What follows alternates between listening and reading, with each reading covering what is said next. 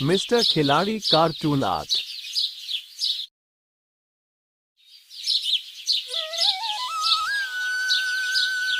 आसमानों के बीचों बीच एक परीलोक था। वहां पर कई परियां एक साथ रहती थी। वहां पर एक लाल परी थी जो सबसे खूबसूरत थी। रानी परी भी उसके आगे कुछ नहीं थी, क्योंकि लाल परी सबसे अलग दिखती थी और उसकी आंखें सबसे ज्यादा खूबसूरत थी। लाल परी को अपने खूबसूरती बहुत घमंड था, इसीलिए वो किसी को नहीं मानती थी। रानी परी और लाल परी में हमेशा बहस होती रहती थी। रानी परी के जन्मदिन पर परीलोक में कुछ साधु खाना खा रहे थे। तभी एक साधु ने लाल परी से पानी मांगा। लाल परी उस साधु पर गुस्सा होने लगी और उसे भला बुरा बोलने लगी। लाल परी और साधु में बहस हो गया। लाल परी साधु को बोलते ही जा रही थी। साधु ने गुस्से में लाल परी को श्राप दिया। देखते ही देखते लाल परी एक क्रूर चुड़ैल में बदल गई। लाल परी अब एक भयानक चुड़ैल बन गई थी। इतना क्रूर चेहरा पाकर लाल परी वहां से चली गई।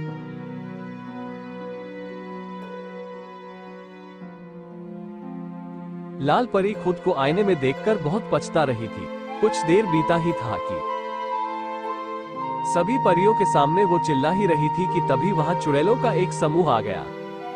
चुड़ैल उसे अपने साथ ले जाने के लिए आई थी। वो उनसे ना ले जाने के लिए बोलती रही, लेकिन उसकी किसी ने नहीं सुनी और लाल परी को अपने साथ लेकर चल दी। चुड़ैल उसे लेकर भूतलोक पहुंची। वहां बहुत अंधेरा था और चारों तरफ अजीब सी आवाज आ रही थी। चुड़ैलों ने उससे बोला, चलो अब किसी मनुष्य का शिकार करते हैं।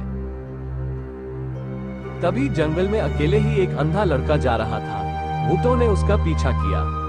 सभी भूत उसके पीछे पीछे चल रहे थे। कुछ ही दूर पर सभी ने उसे घेर लिया।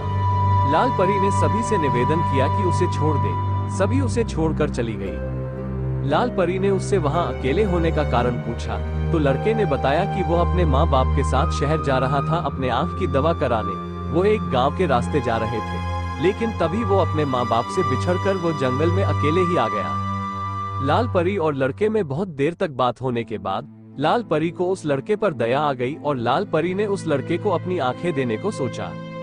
लाल परी ने उस लड़के को बताया कि वो उसे अपनी आंख देने जा रही है।